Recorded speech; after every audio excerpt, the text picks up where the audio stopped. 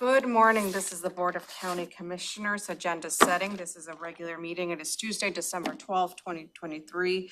It is 8:35 a.m. This session is set to go until 12:30. This is a hybrid meeting. We're at 3000 Pacific Avenue, room 110 for public virtual attendance. You may follow along on the Thurston County YouTube channel. I'm Carolina Mejia. I'm the chair of the board. To my right is Vice Chair Ty Menser, as well as Commissioner Wayne Fournier. To my left, we have Commissioner Gary Edwards, and via Zoom, we have Commissioner Emily Klaus. We also in the boardroom, we have interim county manager Robin Campbell. And today, to start off our agenda, we are starting off with the Board of Equalization. It's informational, and Ruth is here, and so. Commissioners, as you may recall, when you were reviewing this afternoon's agenda last week, there is an item on today's agenda. It is item 3I on page 3. And it is regarding a request from the Board of Equalization, request to convene. You had questions about the Board of Equalization and the fact that they're now convening to hear property assessment appeals for the 2022 assessment year. So we've invited Ruth here to answer any questions you may have. Thank you. Ruth, passing it to you, and then I'll see if there's any additional questions that the board has. Is that Sure. okay? Or So do you want questions first, or? I don't have any questions, ma'am, no. Okay. Do you have information you would like to provide for us? Sure, I'd be delighted. So my name is Ruth Elder. I'm the staff of the Board of Equalization. I greatly appreciate your accommodating my schedule and meeting with me this morning. Jen's mom? I'm sorry? Jen's mom? No, Different elder, okay, sorry. different elder, yeah. Her name's Ruth, too. Oh, really? Oh, wow, no, I wasn't aware of that. Well, that's good to know. The item that's before you is a routine matter. The Board of Equalization is required to have the approval of the county commissioners prior to starting work on each new caseload.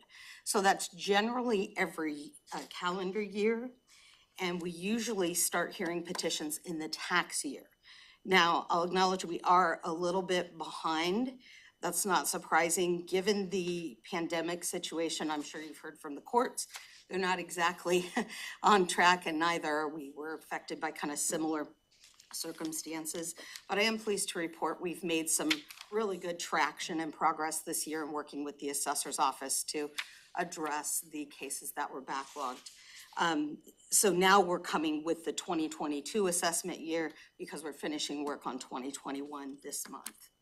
So I'd be delighted to answer any questions you might have regarding that. Questions? Are there vacancies currently on the board? There is one vacancy for an alternate member currently on the board. It's been vacant for some time. And explain alternate. So alternates serve in the event that one of the regular board members is unable to attend a meeting. Scheduling conflict, illness, that sort of thing. Has that been a major problem? No. Okay. Well, we have 3 alternate positions, so we already, Three yeah, alternates. so we already have 2 long-term alternate members who've both been serving for a number of years with us. That's why there's not quite the sense of urgency about that 3rd position.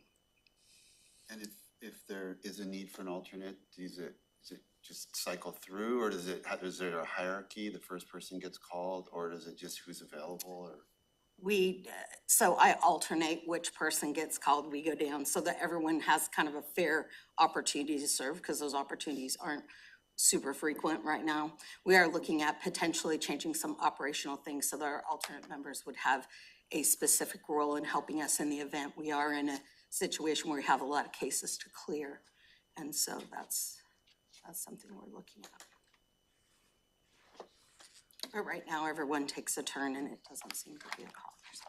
and it's been a long time since we've appointed someone, if I ever have appointed anyone during my term here. So I'm wondering, are there certain qualifications you look for that make somebody a good Board of Equalization member, or? Sure, having some background is very helpful. So someone who has background in appraisal, in real estate brokerage, in land use and development. We've had folks who've been in the legal profession, who have been accountants, someone who just generally understands and is aware of economic and real estate trends in the county is very helpful, but also someone really who has the time and the desire to serve, because this is a pretty substantial commitment. The board members are generally spending about an equivalent time preparing at home compared to the time that they're spending with us in hearings. Bless you. Say that again. So if They're spending- let's say we have like 5-6 hours worth of Oh, I see what hearings you're saying. scheduled, They have then their double that amount. preparation time at home that the board members are committing is almost equivalent to that, is what they've kind of tracked for us over time. Got it. So it's a little bit different than, a board that just meets once in a while. The regular board members are generally meeting 2 to 3 times a week. And it's a volunteer board, you pay a stipend, right? Right, there's a very limited stipend. Candidly, I'm real confident that the young people who help park the cars at the county fair do significantly better on a financial basis than the professionals who volunteer on the BOE. It's $150 a day flat fee. So I don't get mileage, I don't get paid for meals, I don't get paid for that extra prep time. It's just a flat fee. If they sit on the panel for that meeting, they're paid $150. That's how many hours usually for a normal? Well, like I said, if we're looking at, say, a 5-hour hearing day, then that's 10 hours of work plus any time, if they are meeting in person, any time coming in, or if they're meeting, virtually, just their time. So Ruth, what's the process for getting an applicant and getting them appointed? So applications are made to the Board of County Commissioners. In the past, what the process has been, and again, you're absolutely right, Commissioner Menzer, there hasn't been a new member appointed in some time. We've had reappointments. We've been very fortunate. We have some very long-serving members on the BOE. So usually what the process has been is that the existing regular BOE members would meet with any applicant and then make a recommendation to the Board of County Commissioners regarding any appointment. Okay.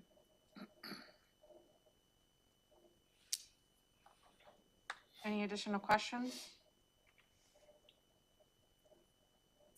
Perfect. A lot of my questions got asked, so. Okay, good. I didn't know if you had any specific questions to the agenda item.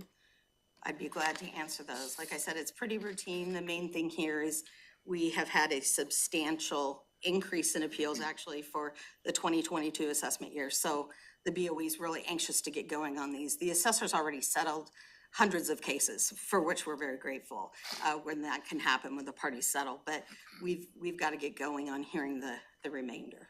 What is the increase in cases, like by how much? Well, so the 2021 assessment year, we had 684 cases. 2022 assessment year, 1,064.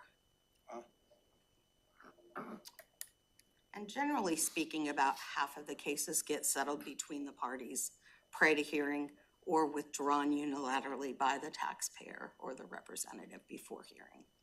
So wasn't 2022 the year that we saw a substantial increase in property values? Yes, particularly in Assessor. commercial property values, that's where we got the largest number of cases, actually more than half of that 1,000 cases, more than 500.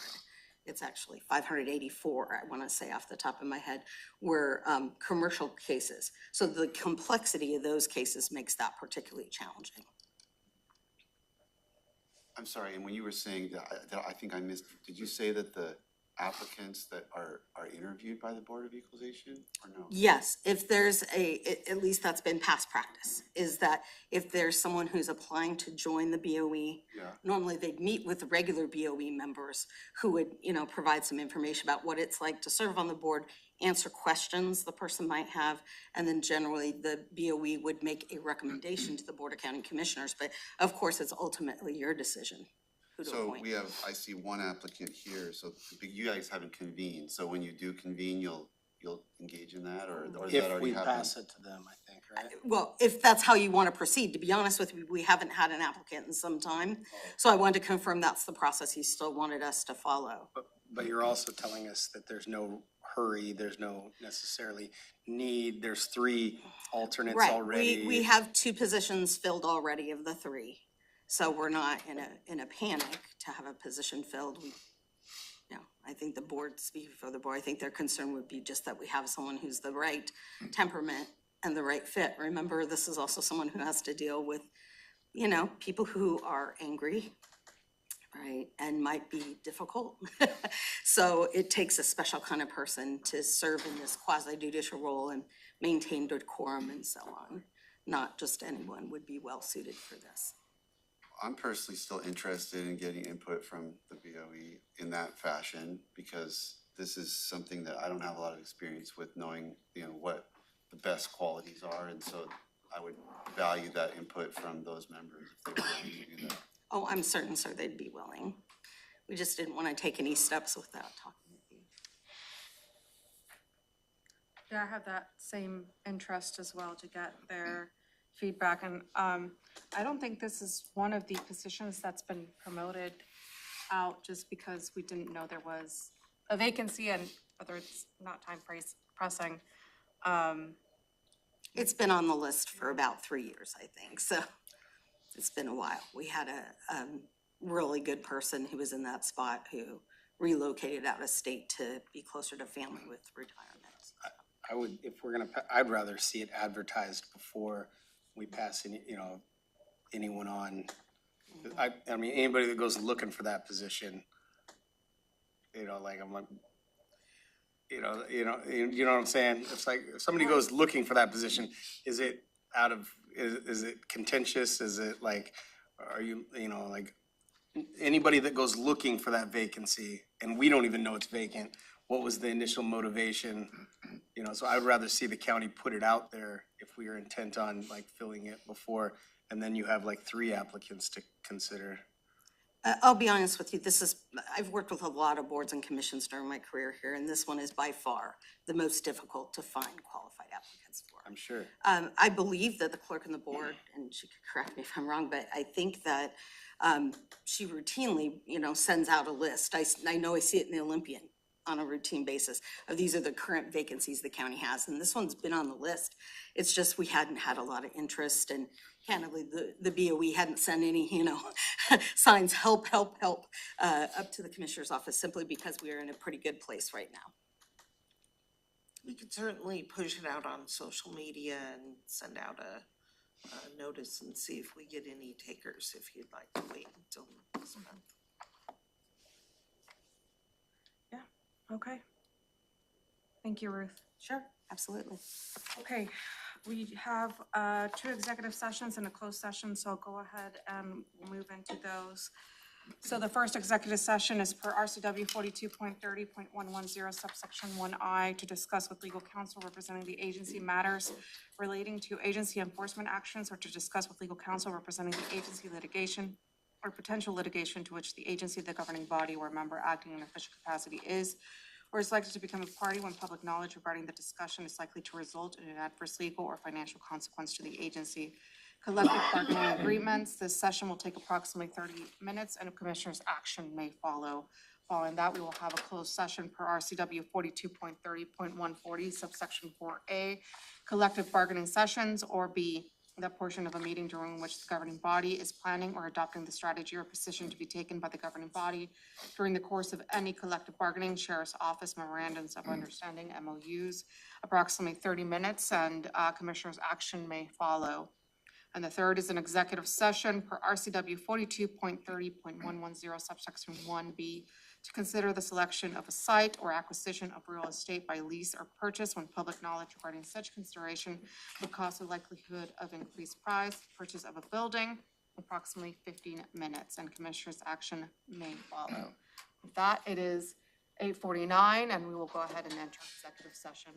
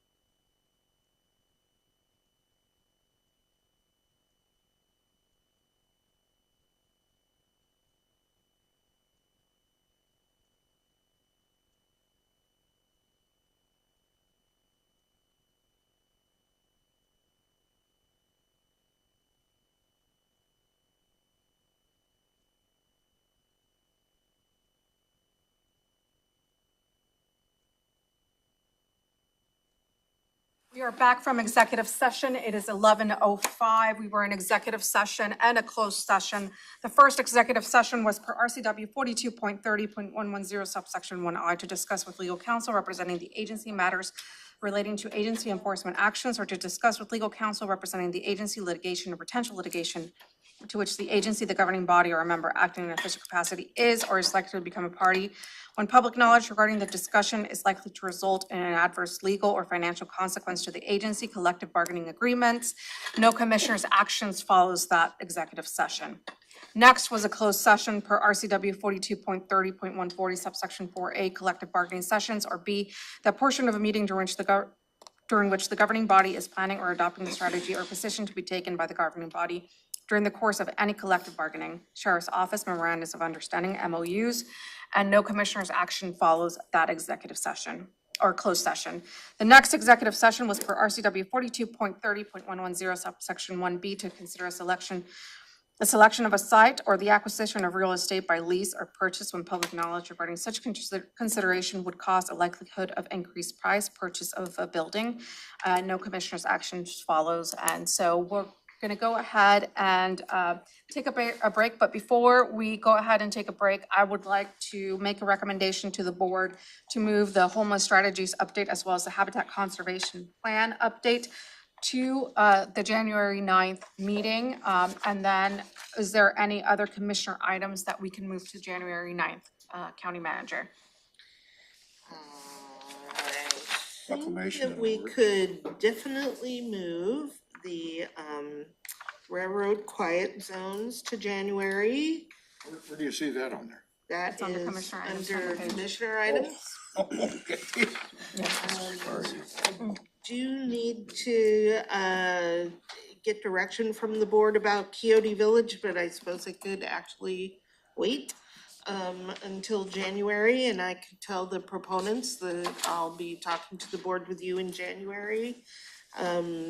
This was just a reminder that Thursday's commissioner check-in is canceled because we're all doing other things, and that would just wipe out all of the commissioner items. Okay, so we'll go ahead, if the board is okay with moving homeless strategy, the habitat conservation plan, Quixote Village, to request for property and railroad quiet zones until January 9th.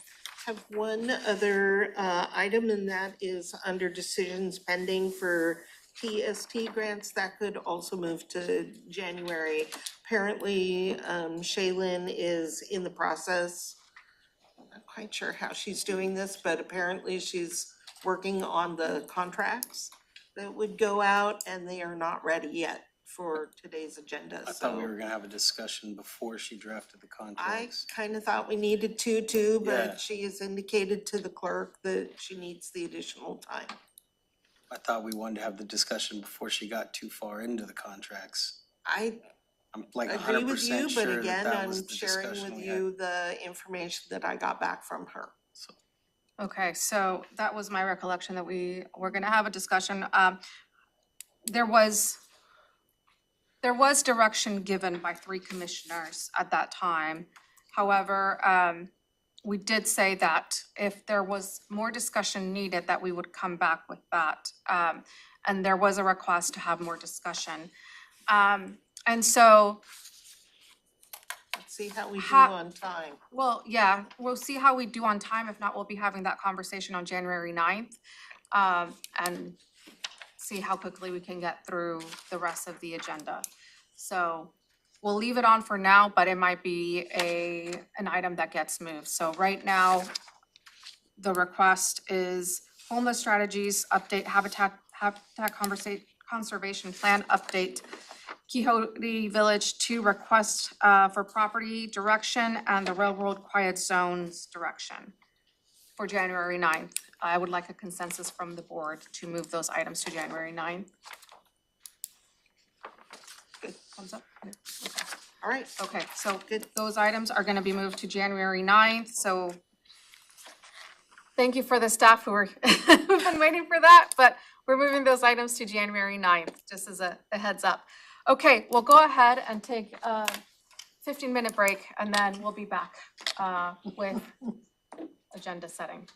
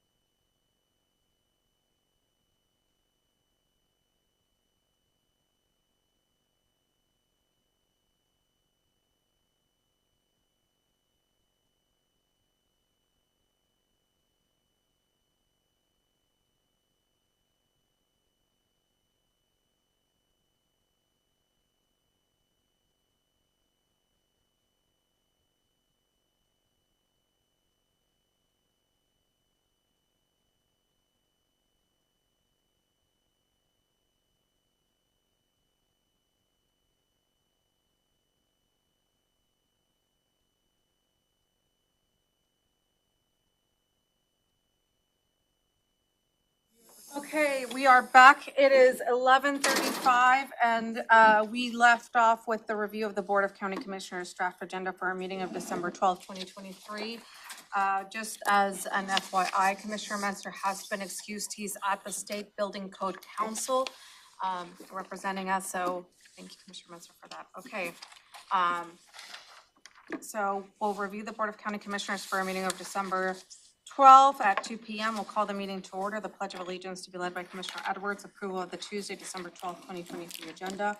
We'll have a presentation from the Prosecuting Attorney's Office and its Marshall's Day proclamation. Yes, Commissioner, this afternoon at 2 o'clock, Marshall, our courthouse facility dog, will be here when the board will issue a proclamation celebrating his 10th birthday here with the county. So, Okay, any questions? Okay, next there will be an opportunity for the public to address the board and county manager's update. no update at this time. Any questions? Okay, we have consent items A through M. Item 3A is approval of the voucher list. Item 3A. 3B and 3C and 3D and 3E. Yes, correct. So we are catching up on the board's approval of the voucher lists. You have so many before you this week because there had been meetings that had been canceled. None of these items have tenant improvements at the atrium that I am aware of, so they are all on consent agenda. Okay. Questions on items 3A through 3E? Nope. Okay. Item 3F, appointment to the Pacific Mountain Workforce Development Council. This is for Michael Cade. Board reviewed this appointment and has, will be reappointing Michael Cade to the Pac Mountain Workforce Development Council. Item 3G from Emergency Services is the 2024 private ambulance. Oh, any questions on that item? Nope. Nope. 3G is the 2024 private ambulance license renewal. In accordance with Thurston County Code, the county has a contract for our ambulance response in the county. So this is to renew the contract with Olympic Ambulance and American Medical Response. Any questions? Oh, Ben is here. Ben, anything you'd like to add? Nothing further to add. Any questions for Ben? Nope. Okay.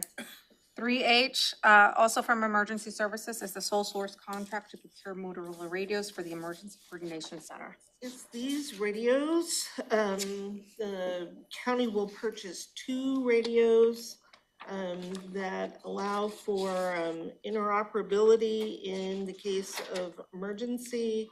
And the internal auditor has reviewed and approved a sole source contract for this equipment. Questions?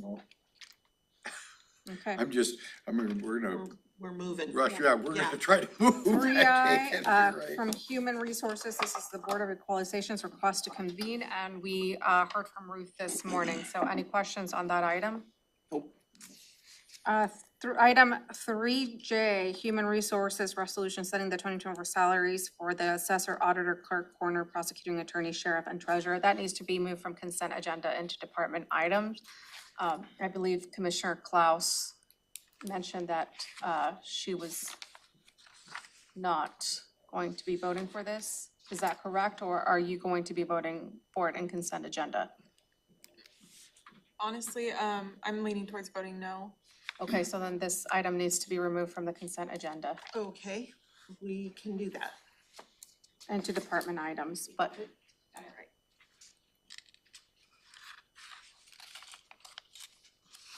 So to say what the item is, this is the action that the board will take to set the salaries for the assessor, auditor, clerk, coroner, prosecuting attorney, sheriff, and treasurer. In accordance with guidance from the board, the salaries for all of the elected officials listed, with the exception of the prosecuting attorney, will be set at 5.8% more than their 2023 salary. And then the prosecuting attorney's salary is set in accordance with the state. The state sets the prosecutor's salary for half his salary, and the county will match. So we are matching the state for the prosecutor. All others are at 5.8%. Questions on that? No. Okay, so this item will now be moved into department items. Okay, item 3K from Public Works, authorization to issue a request for proposal, RFP for Thurston County Lake Management District Submerged Aquatic Vegetation Control Contract. This is, as it states, RFP for services for submerged aquatic vegetation control. I believe what we heard last week is that this includes divers, and the county does not have that expertise. So these services would be provided at Long, Lawrence, Pattison, and Offutt Lake. Questions? Just one quick one. Could somebody maybe send me a copy of the RFP when is it already developed? Or It should be attached to the. It's in the incident- AIS, yeah. Okay, Yeah, we can definitely get that to you, but we'll show you how to find that stuff. perfect. Thank you. Sure. Questions on that? I don't think this has to do with the divers. I think you're thinking about It's not? Public Works. Submerged aquatic vegetation control, Matt's Yeah. waving at me. This is Tim. Tim is online. I may be, yeah, this might be a different item. This had to do with the types of, Chemical Chemicals. application. This is the treatment. Yeah, The treatment that would be extending for all 4 lakes and as well as a potential term of 5 years. And within the guidelines of set by the state. Correct. Tim, go ahead. No, that's, good morning, commissioners. That's exactly right. This is for aquatic herbicide treatments, up to a 5-year contract, 1 year with annual, extensions, available. Okay, any questions? No, thank you. Okay, and moving on to item L, Public Works Bridge Inspection Agreement between Thurston County and Washington State Department of This Transportation. is the one with the Yep, divers, I right? think this- Yeah, okay, and I'm just gonna turn it to Matt. Really Super fast. fast. So this is an agreement with WashDOT to perform underwater bridge inspections on 4 bridges that are inspected by the county.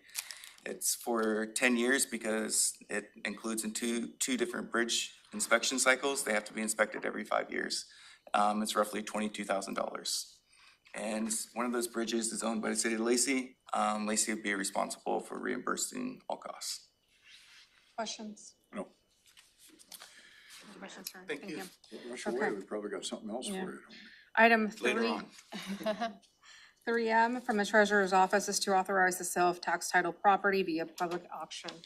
As you heard last week, there is a property, tax title property, available for sale. We have more than one party who is interested in the property. So the, treasurer will conduct an auction and it will be sold to the highest bidder. Okay. Eric, anything you would like to add? Nothing from here. Okay, any Thank you. questions? Thank you. Okay. Moving on to department items, 4A, Central Services, extension for janitorial services with Seal X LLC. The county has a contract that was competitively bid for janitorial services. It is time to renew that contract. This is the second amendment. So this authorizes us to renew our contract with Celex for janitorial services across the county, in county-owned buildings. Jason, anything you would like to add? No, I believe she covered everything. Thank you. Questions? No. Okay, moving on to Commissioner's item 5A, 2024 property tax levy certification. This item is your annual certification of county property taxes to the assessor. The board is required by state law to certify our taxes no later than December 15th. You generally take this action at a Tuesday afternoon board meeting, and as you heard in the revenue presentation, this sets the increase in the tax that is councilmatic, and then the action you take regarding property tax levies on Friday sets the actual amount of the levies. But this is the certification that we have to do. Thank you. Any questions for for Nicole? Nicole, anything you would like to add before we move to questions? Thank you, Commissioner. No, I think Robin said it perfectly. Any questions? No questions. Okay, moving on to item 5B, change order request, TC Connect. We are excited to tell you that the Sierra Cedar change order is ready for your approval. We've negotiated, and Sherry is available by phone if you'd like to speak to her. But this is an increase of $500,000 to our current contract. That will cover, we believe, the additional work that the county needs done.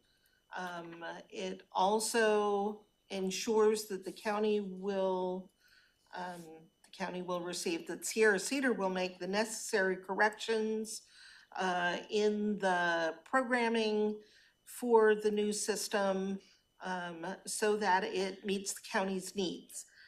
$500,000 includes the EPM module, that's the budget module. And I don't have a second option to offer you because we were unable to calculate a significant savings if we delayed the budget module. So we as the ERP team are proposing to the board and asking for your approval of an additional $500,000 for this contract, plus $50,000 for required travel so that the contractor is on site more often. This will enable us to restart the project and hopefully go live by July 1st. Thank you. Any questions from commissioners? Could you mention how much this started off to be? So in total, the project is $8 million. I can't tell you exactly how much we've spent to date. I do know that this 500,000, we've committed the entire 8 million, so we need to find a way to fund the additional 500,000. That will most likely be a rate increase, not in 24, but in 25 on the 60-40 split. So that's to come. But what this does not recognize is the money that the county has had to spend to increase the, we had to keep temporary staff on payroll longer because of the extensions. We had to maintain temporary pay increases for employees. We had to upgrade systems that should have been ended by now. We've had to pay maintenance for those systems. So the county has had significant cost that Sierra Cedar has not recognized. You also have in front of you a letter from Sierra Cedar that they requested that we give to the board and the Financial Management Committee. And so I have delivered this on the request of Sierra Cedar's Chief Operating Officer, who I have been working with. I would tell you that this letter presents the Sierra Cedar perspective. It certainly does not represent the county's perspective. And in giving you this letter, I said to Kevin, and I will say to you, that this is a demonstration that Sierra Cedar did not listen to the county, has not listened to the county, and how far apart we are in our approach to this project. So take the letter for what it is. In the meantime, we really need to get this project on track. We can't not have a project. So it's got to go, and it's gotta go. And delaying this vote to January 9 would blow us past the July 1 go live. We'd be out. We really need to start on a quarter. So if we don't go live on July 1, then we're really looking at October 1. So that's an issue. We really need this approval today. I do apologize to be bringing something to you and asking you to approve it this day, but you've been aware that we've been in negotiation for quite some time. Part of the agreement with Sierra Cedar is regarding governance. I asked the Financial Management Committee, and both Mary and Jeff agreed for the FMC to meet once a month to receive an update on the process and the progress of the project. So the FMC will be doing that. Sierra Cedar had wanted a regular meeting with the Board of County Commissioners, and quite frankly, I told them no, that would not be appropriate. But the FMC is the correct level, and so the FMC will meet with them once a month. Kevin has still asked for at least one meeting with the board. I told him that we can fit that on your schedule, perhaps in late January. I'm happy to attend one of the meetings of the Yes. We also, they want they're requiring that the budget module be part of it. I think that the budget module truly is an optional thing because we can point to numerous other jurisdictions that are running the financials without the budget, but it doesn't make financial sense at this time to go without the budget. So we're going with the budget module included. The other thing that they asked for that you'll see in this letter that I have said no to is they want the county manager to attend the weekly check-in meetings with Sierra Cedar. That is just not feasible. It's just not. We have a very capable project team that is responsible for that. And we've delegated this to our IT manager or our IT director, and they will be bringing forward any problems that we encounter. So we've come to an agreement. Sherry handed it to me. It's gone through legal. It's ready to go today. Any questions? Thomasina, can you let Commissioner Menser know that this is a semi-new item? I know we've been seeing it on our agenda for a while now, but you'll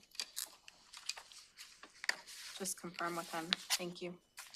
Okay, any questions for Robin on that item? Okay, moving on to community planning and economic development, item 6A, set a public hearing for agricultural code update part of CPA-16. All right, so this item is to set a public hearing on your agricultural code update. This is, you've received many work session updates on this, and Maya can tell you a little more about what is going forward for the public hearing. Thank you, Interim County Manager Maya Tipo, Senior Planner with Community Planning. So the code amendments that are part of this package would clarify standards in our agritourism overlay district, which streamlines permitting, makes it a little bit clearer for our permit staff and also for the community, resolving some issues we've had recently with permitting. And it also expands agricultural related uses in our long-term agriculture district, which improves the agricultural viability in Thurston County. So we are requesting a hearing in January, and I'm happy to answer any questions you may have on this item. Questions? Okay. Maybe? Negative. Oh, I thought you said maybe. I was like, Maybe. okay, moving on to item 6B, adoption of the 2023 Thurston County Comprehensive Plan amendments. And we've reviewed these items, so we'll keep the description condensed, Maya, for now. Go ahead. Thank you. Yeah, go ahead, Maya. Thank you. We have reviewed this several times, so included in the 2023 package are updates to our Olympia Joint Plan, our Grand Mound Subarea Plan, our Yelm Joint Plan, our Lacey Joint Plan, and also a site-specific land use and zoning request for the Pogue property and the southern adjacent property. So several amendments as part of the 2023 package, and happy to answer questions. Questions? No questions. No questions? No, ma'am. Okay. Thank you. Okay, moving on to item C, adoption of shoreline master program update. So this item is, as it says, adoption of your shoreline master program update. This is a huge accomplishment for the board. The SMP has been outstanding for many years, needing to be updated. How many work sessions have there been? 9? Yeah, 10 with the board in recent past, about, oh, yeah, sure. Come on up. Thank you. Andrew DeFobis, Senior Planner with Community Planning. So the Shoreline Master Program draft has been under review for at least the last 6 years, the draft itself. So the Planning Commission held 81 work sessions over about a 5-year period, including a public hearing, and the board has had about 10 work sessions and their own public hearing as well. So it's ready to go. Questions? Fully baked? As baked as it can be before it enters the next phase, which is ecology review. Yes. Andrew, I'm sure you'll be, Maybe icing on that. I'm sure you'll be glad not to have 2-hour sessions with us on a almost bi-weekly Monday basis. mornings. Be nice to go. Get your Mondays back. That's right.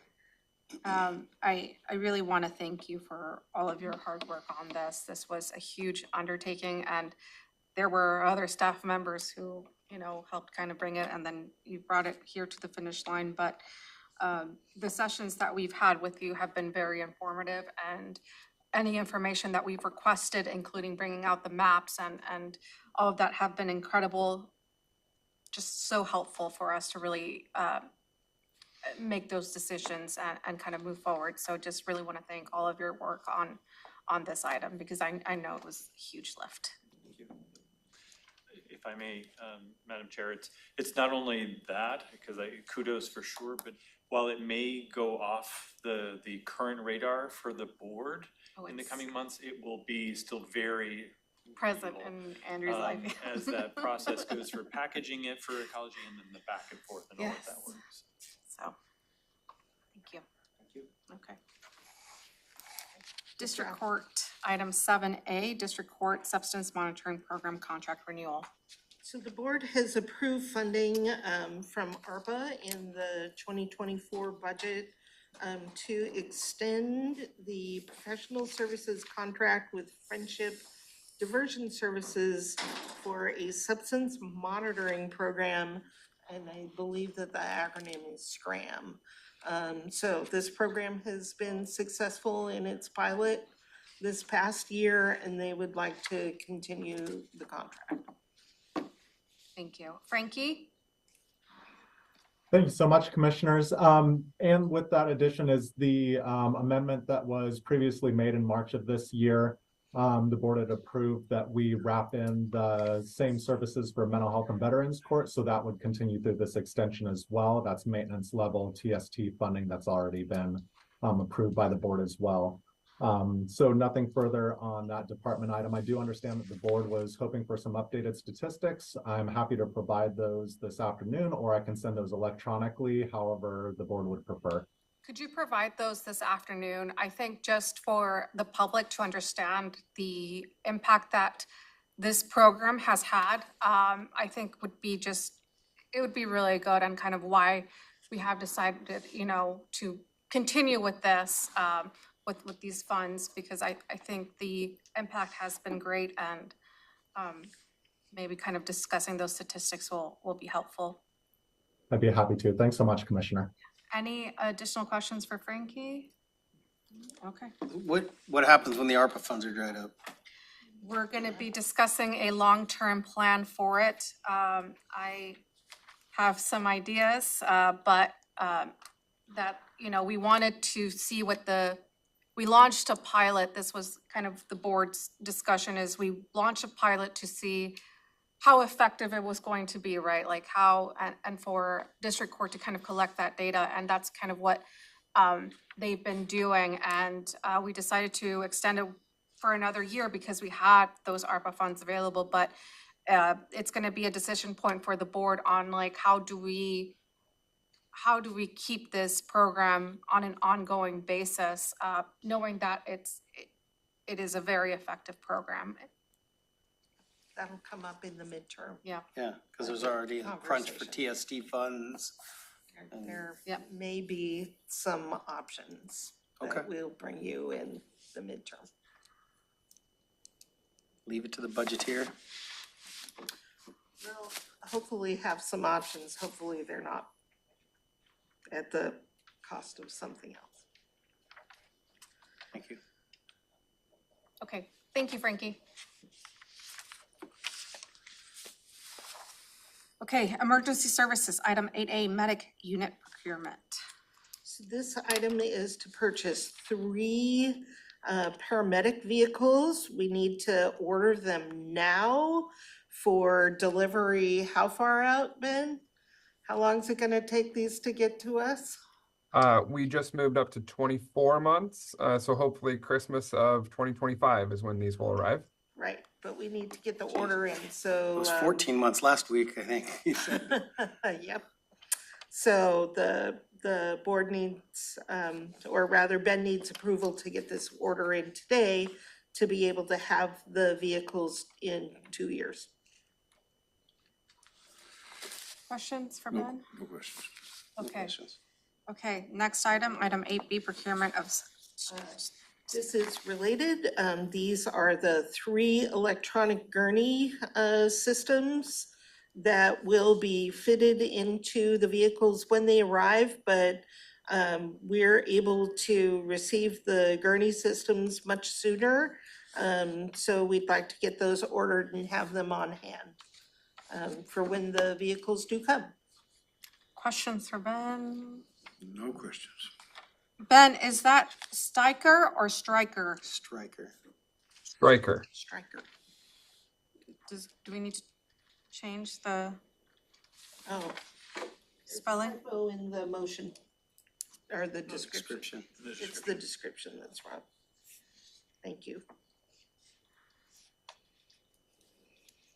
Okay. Perfect, thank you. Okay, moving on to Public Health and Social Services, item 9A, interlocal agreement with City of Olympia of Quinn Street Village operations. The board has approved $600,000 in ARPA funds to have an interlocal agreement with the City of Olympia in support of the operational costs of the Quinn Street Village Tiny Home Shelter. So this interlocal agreement will authorize the ability to pay the city for those costs. There's another one, it's like, what are they gonna do when the ARPA funds are gone? Oh, well. This one scares me more than the other one. So the condition, one of the conditions of this interlocal agreement is that the city have a plan for the ongoing operational cost. Part of the plan is that this, the tiny home village is going to phase out. So the city only needs operational costs for a few years. And Tom or Keely, I see Keely on the screen. I believe the plan, and you're gonna correct me if I'm wrong, but I believe that the plan is to use home funds that the city has, state grants that we've applied for, and then funding through the RHC to be able to pay the operational costs for the duration of the shelter. So that was a condition that the county made before agreeing to pay the 600,000. So then we'll have to be on board with their RHC proposals and. It was a discussion at the RHC, and Commissioner Mejia, perhaps you'd like to speak to that. Sure. So at the Regional Housing Council, when this request came, I think, to the board first. But we brought it back to the Regional Housing Council because while we had this funding available for housing specific projects, in ARPA, the discussion was we didn't have any long-term sustainability to it. So the city of Olympia is aware that this is a one-time funding, and the conversation at the RHC, there's been many on the ongoing funding for it. So there's going to be a request to kind of through the RHC to kind of have this as a standing funding mechanism, and I'm looking towards Keely. And that request is going to come next year. Is that correct, Keely? That's correct. At this point, I believe if I, just want to confirm 100% that the right-of-way funding for $500,000 for the next 2 years is pretty much a go through the NOFA process proposal that we sent to the Department of Commerce, and then the Regional Housing Council would entertain the funding, the third leg of that funding for the next 2 years. And this is, the 600,000 that we're putting in is a lot less, if I remember correctly, than their deficit that they published in the newspaper. So they're coming in with money, the county's coming in with money, and this is a regional effort at the Quince Village. Yes, correct. I'll shut my mouth. Okay. Any further questions on this? Okay. Thank you, Keely. Moving on to Public Works, item 10A, interagency agreement with Washington State Department of Fish and Wildlife for stormwater utility improvements. So I am just gonna turn this one straight over to Tim. Thank you, Robin. Good afternoon, Commissioners. This is a request to enter into an interagency services agreement with the Washington Department of Fish and Wildlife for stormwater utility improvements. This is considered a win-win opportunity for both the utility and for the residents of Boston Harbor, in that we're taking advantage of an open construction project owned and managed by Fish and Wildlife. It is their boat ramp redevelopment project. And we're able to take advantage of the road being torn up and have stormwater infrastructure replaced while that's in process. So the stormwater infrastructure out there is approaching the end of its useful life, so we can get that work done during their project. And with that, I would answer any questions the board may have. Thank you. Questions? No questions. Okay. No questions for me. Thank you. Okay, 10B, interlocal agreement with the cities of Aberdeen, Chehalis, and Olympia, Grace Harbor County, Intercity Transit, and the Olympia School District for the sale of anti-icing materials for road operations. These are interlocal agreements with our partner jurisdictions so that when we have adverse weather conditions and the county has anti-icing materials, we can work with our partners and provide them with the materials. We sell them to them because we cannot you know, there's no, we can't gift the assets to them, but we do work with them when we have the materials on hand. Does this exclude cities that are not listed here? If Rainier wanted some, are they able to come buy some from the county?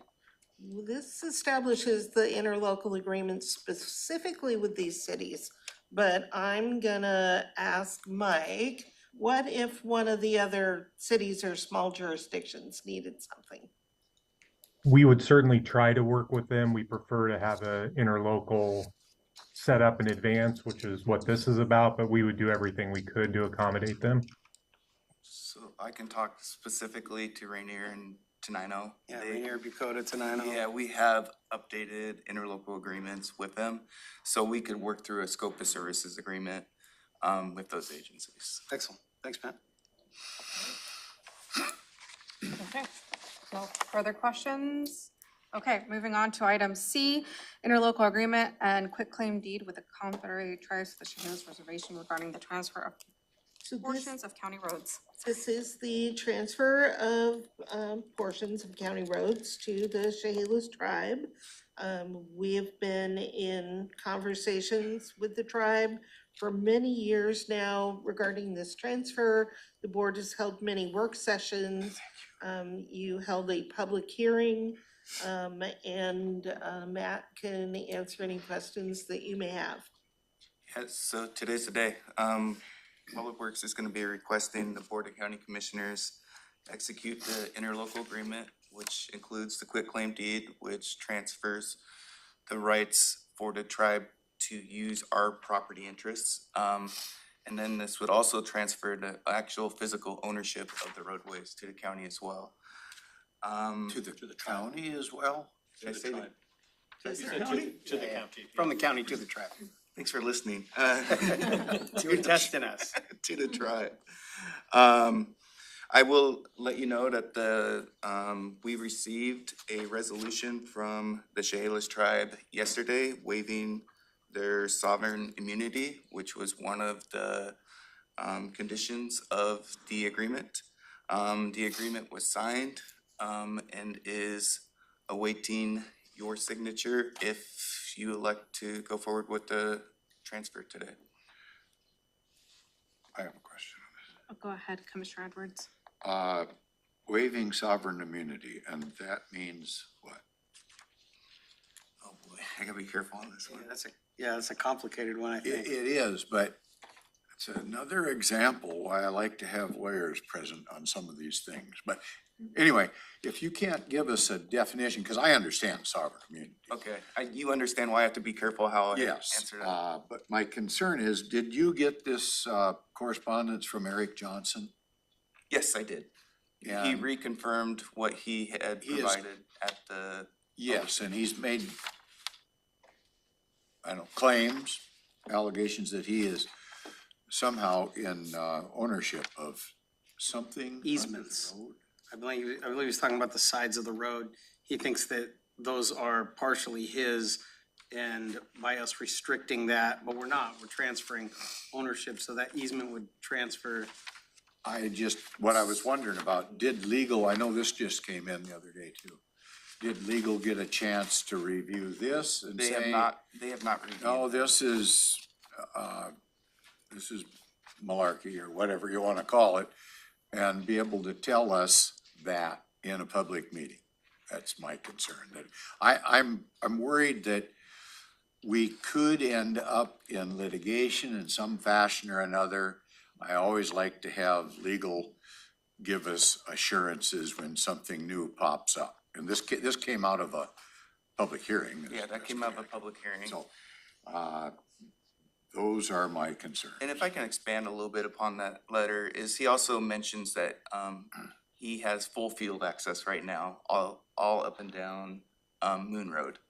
Well, he doesn't have permitted driveways, so if he wanted like a legal access, he would need to come into the county and get what's called an encroachment permit. And it would be the same process with the tribe, is he would have to get a permit from the tribe as well. So the accesses that he's concerned with aren't legal accesses? It's just a field access. I can go back before this afternoon and do the research, but I do not believe they're documented legal accesses. Because basically the whole road provides an access to his field because it's at grade. Is there any reason, oh, The prosecuting attorney's office received a copy of that letter prior to our office. They stamped the front page there, so they should have a copy of it at the very least that they're looking at. okay. Is there any reason that a memo of understanding giving the tribe the ability to maintain the road in our accustomed standards would not solve all of these issues without giving up any potential exposure to the county or giving any exposure to the county? The agreement has a lot of that language in there. It states what standards that they have to maintain the Right, road to. but rather than transferring title through a quitclaim, a memorandum of understanding that they can do X, whatever X needs to be done, is that a solution as well, possibly? So you're proposing transferring responsibility for the road to the tribe, but not ownership? That's what I'm suggesting. I don't know that that's a good deal or not a good deal, but I just, I'm gun shy about any time there's, and we've been talking about this for at least 20 years that I'm aware of. Quite a few years. And we've never come up with a solution that satisfied all parties. And I don't know that. Those don't exist. Those don't exist. Solutions that satisfy all parties. Well, the issues raised by our public hearing, I guess, those are concerns and I'm worried about those. So, I mean, I might have an opposing view of my seatmates, but that's just the way it is. And if- It's fine. Democratic process. If I could share something that might make you feel better, is that they are doing a very similar process right now to maintain, I believe they said they maintain 6 miles of Grace Harbor roads. And they're doing it through the very same process. So I think they're very capable of doing, I'm not against the tribe doing any of this stuff. I think when I was sheriff, that was one of the tribes that I gave authority to as far as the law enforcement commissions, and that made things a lot easier. So good folks to work with. So Commissioner, I'm just not there yet. I don't know that the transfer of responsibility but not transfer of ownership idea has been floated to the tribe. I'm not aware but you believe it has been, okay, and the tribe has said no to that. So that idea has been offered and rejected by the tribe. We transfer ownership and responsibility through annexation to cities fairly regularly. It's true. I mean, that, And And there's as you said, an easement goes with the property, it goes with the land, not and the tribe. lose rights, there's just a different. subject to some other somewhere else. organization, whether it's Tumwater or the Chehalis tribe. Well, and the law specifically calls out the tribe as one of those entities that this could be done with. Yes. But on tribal property. And this isn't tribal property. That's where the bugaboo No, comes. the law does not restrict in that manner. The could law be. specifically says that the county can transfer to other jurisdictions, and the list of jurisdictions includes tribes. Tribes, yeah. Okay, good enough. No, the process marches forward. all right, good discussion. Thank you, Matt. Thank Thanks you. for all the work you put in on this. Okay, then we'll have our standing items. We do have 2 public hearings starting at 3:30, so if we're not done with our agenda, we will be pausing our regular agenda to move into the public hearings. The first one, item A, is ordinance amending chapter 2.02 of Thurston County Code. As you have heard, this revision to county ordinance would provide not only alignment with state law, but also provides the county with flexibility when it comes to holding quarterly meetings at locations that are not in this room, if you will, but to get out into the community to hold meetings. So it's more flexibility for the county we are hoping that, based on whatever public feedback you might hear, that the board could take the motion to approve the ordinance. But if you don't, then we would put it on the agenda in January. Meeting at Wayne's house. We have meetings at Wayne's house. No. We're not even gonna get started. Questions? No questions. No questions? Okay. Okay, item B, from the auditor's office, precinct boundary changes and county commissioner district legal description. Yes, this item is again a public hearing, this one on boundary changes for precincts. As you heard from the auditor's office, these are minor changes, but bring them into alliance with state laws and affects, I believe it was 17 voters. I see Mary on the screen, if you'd like to ask any questions of her. Auditor Hall, is there any information you would like to add before we move into questions? Sure, just for the sake of the new commissioners, to give them an idea of why we do this, can I just take a moment? Yes, to go kind ahead. of explain the background? Okay. So precinct boundaries are required to follow census geography, so we know how many people are in them. The only time we make changes to precinct boundaries are to ensure that we can comply with state law. For example, precincts can't cross city boundaries, county council boundaries, legislative or congressional boundaries. So when cities annex property, we're required to modify our precincts, which is what we are coming today with, and this is what the public hearing is for. The only other reason why we would split a precinct is there is a limit on size. So if they can't exceed 1,500 people in a precinct, so we will cut them.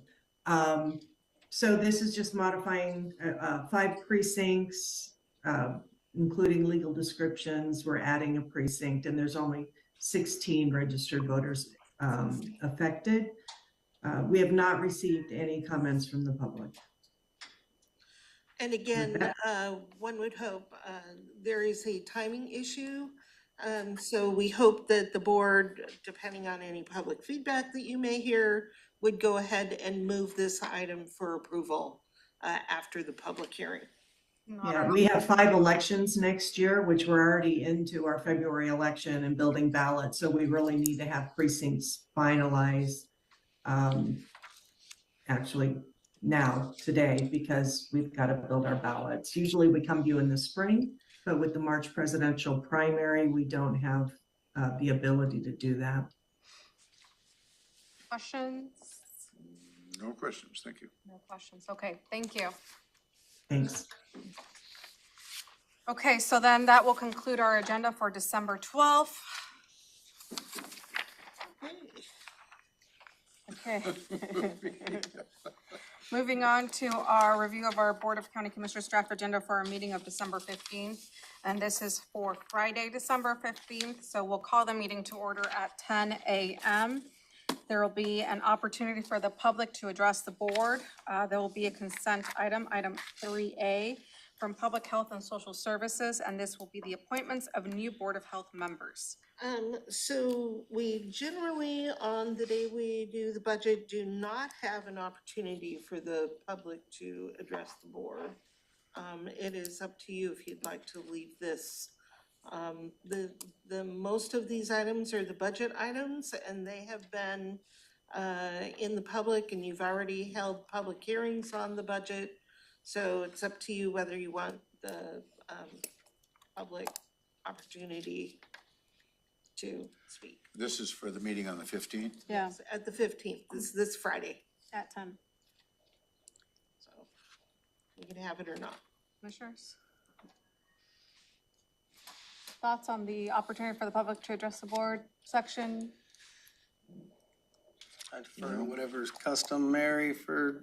Customarily, we do not on the budget, when you're adopting the budget.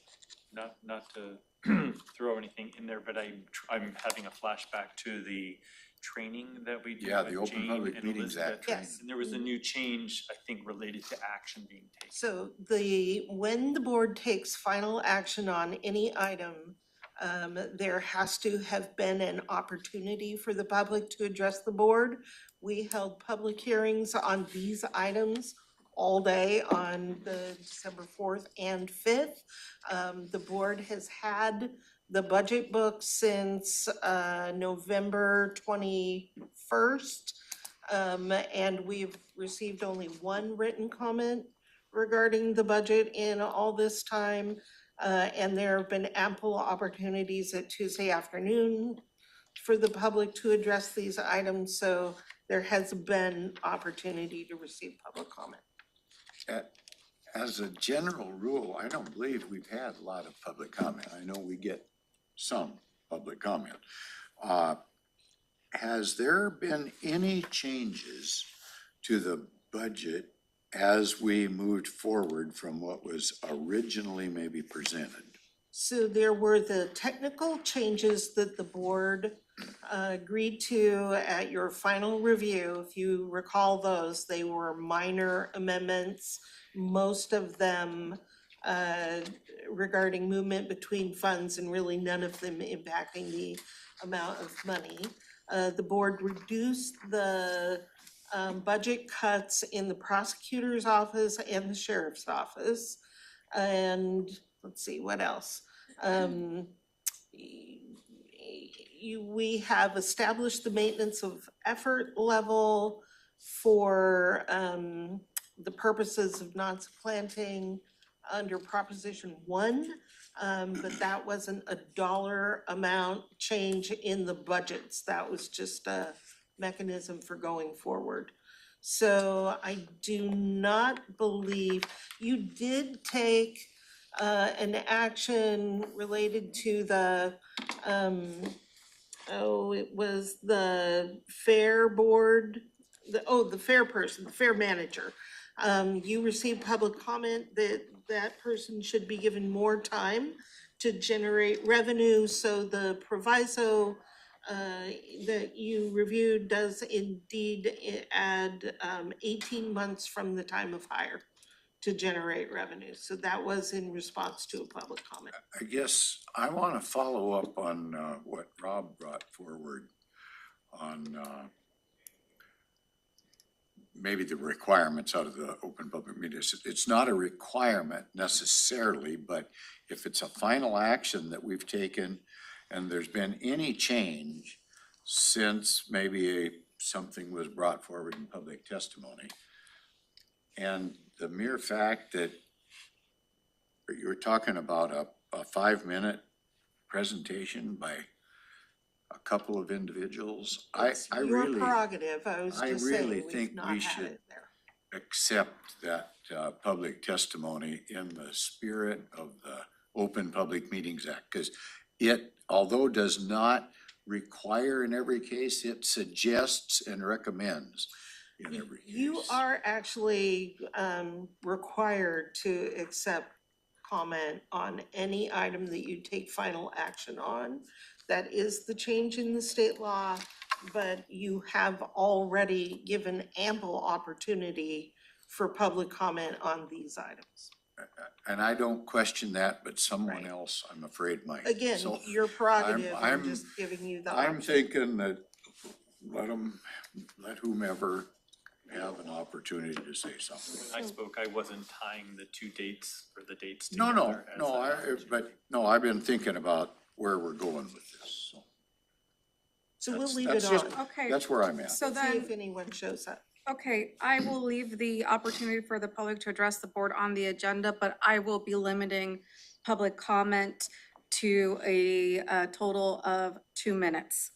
Just because we have heard from the public on these items, and if there is to be public comment, it can be on the change, it can be on any of these items, but it will be limited to a total of 2 minutes because there was time during our public hearings on December 4th and December 5th to come in and provide public comment on the different aspects those items. And there was, you know, if public would like to also send us emails before that time, they're also welcome to do that. But seeing that this is a Friday meeting and we have just added another matter onto that Friday morning, I will be shortening the time for public comment, if that is okay with the board. That is fine with me. Okay, All right, so, okay, the appointment of the new Board of Health members. so that is on consent, and this is to appoint those members that you will select after you do interviews this evening for the open community member seats on the Board of Health. Questions? Okay. So in the interest of time, I would suggest all of the department items are budget items that we not approved, but that you reviewed in depth on December 6th. So in the interest of time today, unless there is any particular item you have a question about, I would suggest that you've seen all these. Yeah, I'll go through the items that will require action and then we'll go ahead. So there will be item 4A, 2022 through 2023 budget amendment number 4. 4B, adoption of the 2024 through 2029 capital improvement program. Item 4C is the adoption of the 2024 through 2029 transportation improvement plan. Item 4D is the adoption of the 2024 indirect cost allocation plan. Item 4E, adoption of the 2024 through 2025 equipment rental for the equipment rental and a revolving fund. Item 4F, adoption of the 2024 non-union salaries appointment. Item 4G, adoption of the 2024 position control schedule. Item 4H, adoption of the 2024 through 2025 biennium operating budget. 4I, adoption of the 2024 through 2025 biennium capital budget. Item 4J, resolution for property tax levy increase current expense, roads, conservation futures, and Medic One funds. Item 4K, adoption of the 2024 rates and charges for water and sewer service for county utilities. 4L, Lake Lawrence Lake Management District rates. 4M, create fund, public safety sales tax fund law. 4N, create fund, public safety sales tax fund justice. 4O, create fund for the consolidated water and sewer utilities. 4P, create fund, Offutt Lake Management District. And 4Q, transferring administration of lake management funds to public health. Are there any questions on items 4A through 4P? No.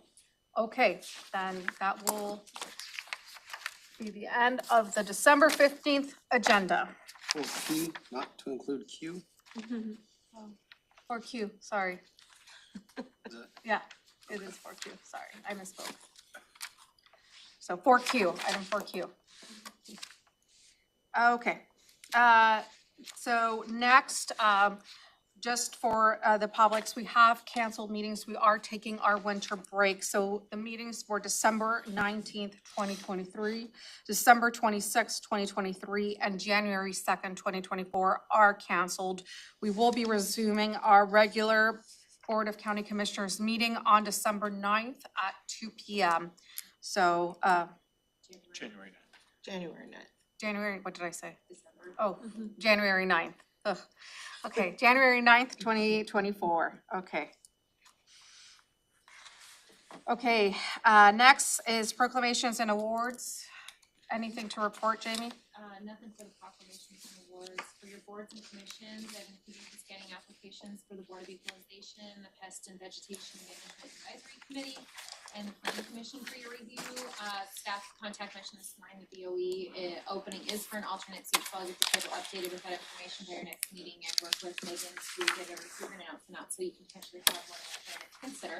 I also received the new application for the Historic Commission, and they will review that application at their meeting tomorrow, so their appointment recommendation will be available at your first agenda setting next year.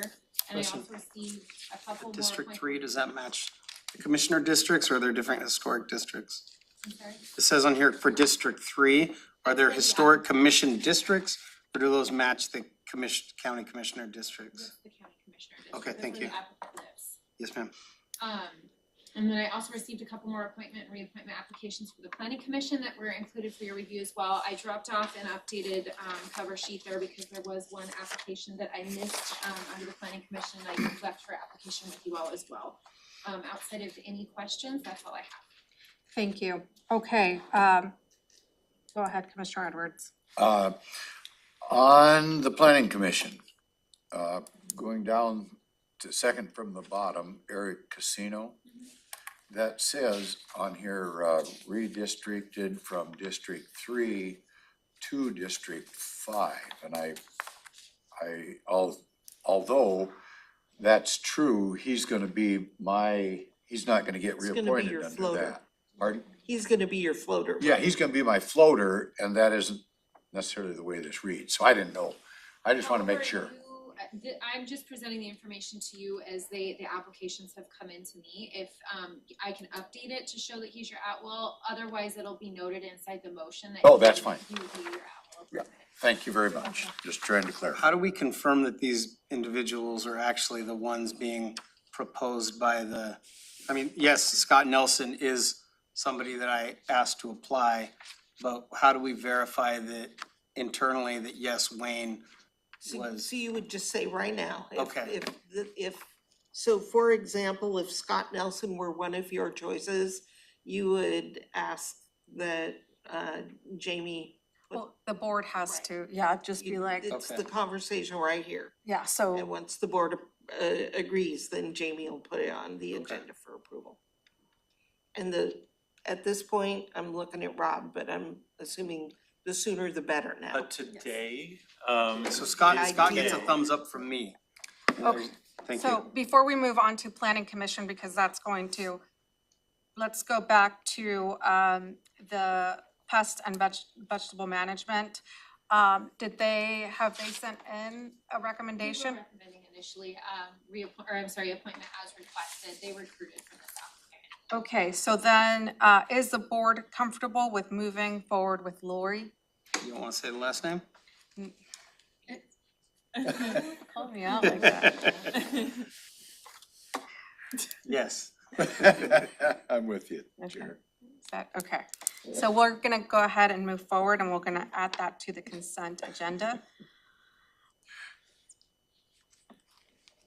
Okay, and then historic commission, that's going to go into, they're gonna, next year, and they're gonna recommend it, and we discussed the Board of Equalization already. Okay, moving on to the planning commission now. So, Commissioner Fournier, you've said that Mr. Nelson will be your in-district appointment? Yes, ma'am. Okay, And then I have one more that's talking to some of the current planning commissioners today that I'll make a recommendation on forthcoming. okay. Any discussion from the board on that recommendation from Commissioner Fournier?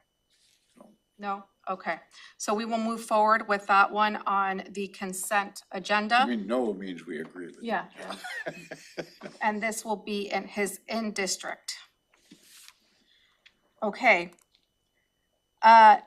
Just as a FYI, Commissioner Messer did communicate with me that his appointment or his recommendation is going to be Sandy Kaiser for his in-district appointment.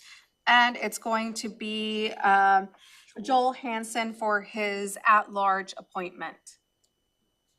Any questions on those recommendations from Commissioner Menser? Thumbs up. Okay, so then we will be moving forward with Sandy Kaiser for Commissioner Menser's in-district.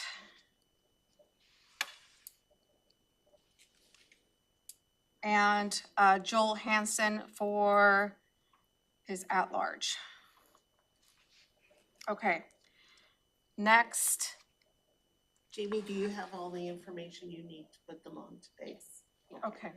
And then, okay, next one's go next. What's that? I'll go next. Okay. So I have Robert Vanderpool as my at-will and Kevin Pestinger as my District 5 appointment. So Robert Vanderpool is your in-district? At large. Oh, at large, okay. Are we good on that appointment? recommendation? Okay, so Robert Vanderpool will be the at-large. And Kevin Pessinger will be, and any on Kevin Pessinger moving forward? Okay, and that will be the in-district. Okay, Commissioner Edwards. Oh, I'm, okay. It's going to be Barry Halverson on district and Eric Casino on at large. Okay. Any questions on that, on those two? No? Okay, or not questions, but comments? Okay, at large. Okay, so we are moving forward with Barry Halverson for Commissioner Edwards in district and Eric Casino for Commissioner Edwards at large appointment. Okay, and then for me, I will say that I have failed with my at-large seat. I did make and I had a couple dropouts, so, but I will be moving forward with Derek Day as my in-district appointment. So then there's only 2 vacancies and we got a quorum and we're good for. Yeah, we're all good. And I will be actively recruiting, and hopefully have an appointment for, by January 9th to bring to the board. So. Well done. Any questions on my, okay. This makes the transition go very smoothly, so. So thank you to the board for all of their hard work. Yep, and to Rob and staff. And staff, for yeah. setting up a transition that has been quite effective. Yes. Good job. I guess going back to proclamation schedule, this is the 2023 schedule, but if over the break, if the board will look over this proclamation schedule so we can have a discussion on it next year with the new chair. We'll do that in January. I also have a list of requests that PHSS has sent forward, I'll distribute it as well. Some of them probably fall out of the purview of either the BOH or the BoCC, so you guys can make those decisions as well. Well, they will not be able No, not to be make for the board. decision about the BOH. But we they can make will a be able recommendation to the Board of Health which to was pick those up, yeah. Yeah.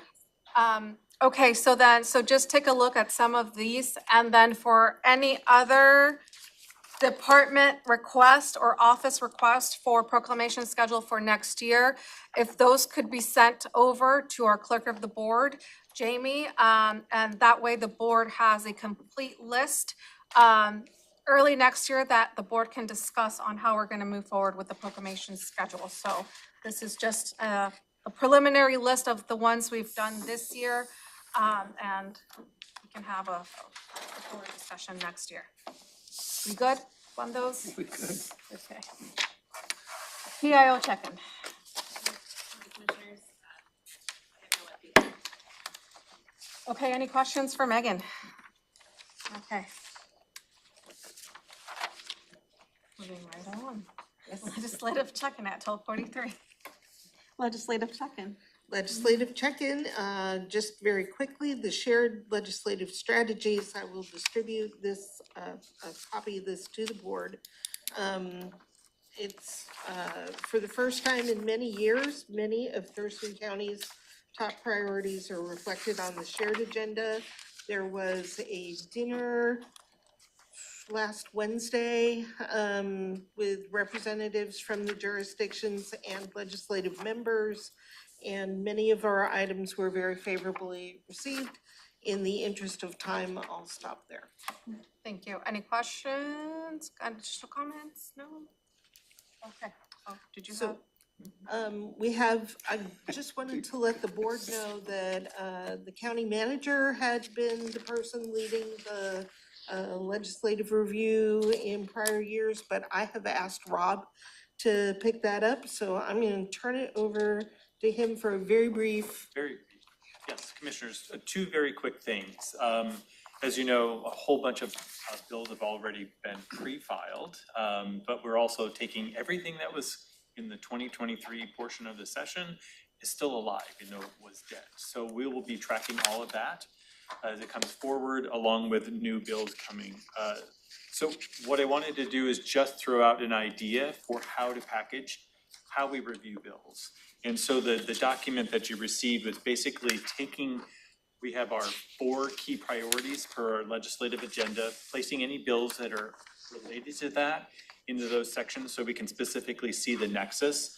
The second would be any bills that are attributed or could be connected to those shared priorities and placing them in there. And then subsequently, the last 2 pages, this is not the final format, would just be divvied up based on certain topic areas like elections, housing, land use, zoning, law and justice, climate, general government. But those are fairly broad categories at times. If there's something that you'd like those pulled apart a little bit more, happy to take any suggestions in making it more readable as we go and do provide updates to you in the coming year. And then the last one is there's an opportunity for the board to sign on and lend their voice to the conversation related to the 1% property tax cap. So there is a coalition forming of the Washington State Association of Counties, AWC, which is the Association of Washington Cities, King County, and a bunch of other organizations that are looking to lend their voices to the conversation as it unfolds with the legislature about moving from the 1% to potentially a 3% cap based on inflation and population growth. So my question. Did we get that? No, I can provide copies to you. The question is, would the board like to lend Thurston County's name to that? Yeah, we just need to look at it, I guess. So we'll get that copied and Okay. handed out to you. That's, okay. Thank you. Okay. We'll go ahead. Any questions? I would be in support of Thurston County signing on.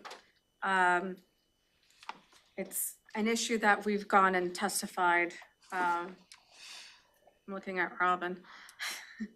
Yeah, yes, we have. In the past, I've testified for 3 years in a row now, and to no luck. But I think as frequent as we keep bringing it up, I think it's always a good method. I don't know if we'll be successful this year, but I think we need to keep bringing it up. There's one bill stuck in House rules from the last session that will likely be stuck there. The Senate bill potentially has some life. So it's not a dead conversation per se, and this coalition could help keep the energy around it. Does it allow, are we asking the legislature to change the 1 to 3?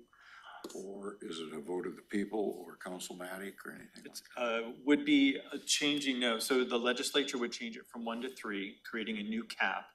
And then the local legislative authority would have the ability to choose anything within from 0 to 3.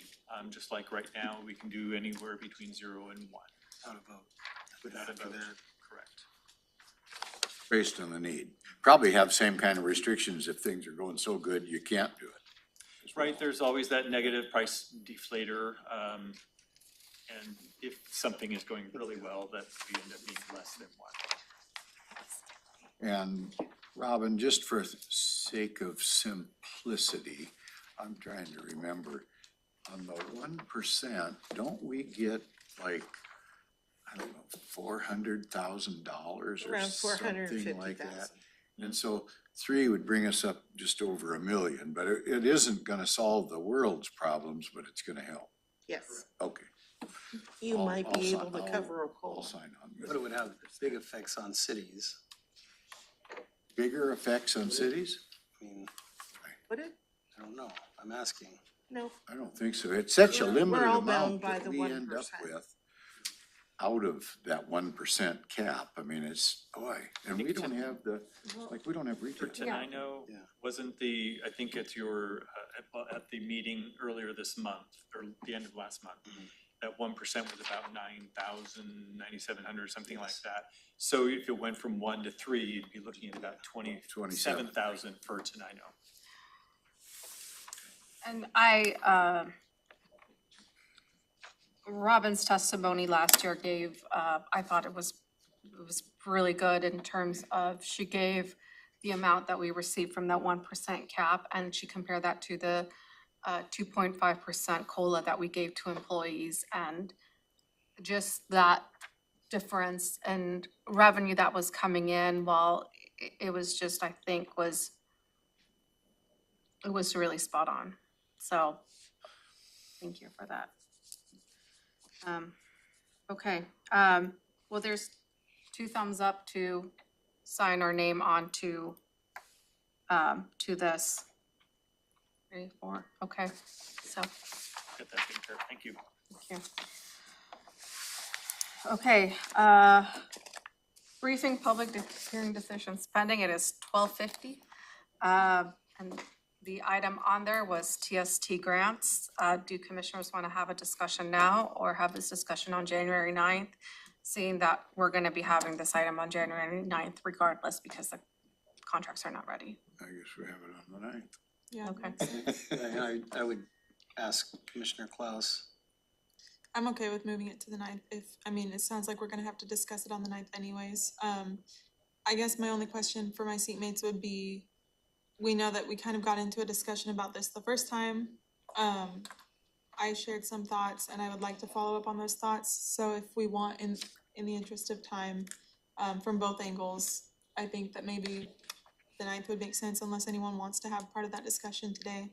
I'd be happy to share any more thoughts that I have, but I can wait until the 9th. I just wouldn't want to miss the opportunity as they move the train further, preparing Yeah. contracts, if there's gonna be any change made. Yeah, that's a good point. It's timely. Yeah, so I guess,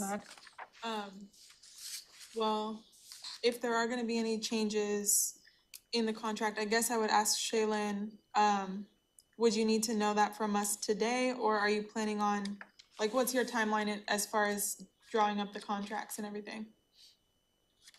My plan is to have the contracts to the board by January 9th and backdate them to January 1st. So the reason why I don't have them to you today is because after talking with them, they said that they would need more time for their internal review.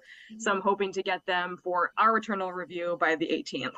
Okay, so if we were to discuss this on the 9th and then ask you to change anything about those contracts, related to our previous discussion, would that jam you up at all, or would that be okay for you, for your timeline? Like, would it be difficult for you to make adjustments on the 9th or shortly after the 9th?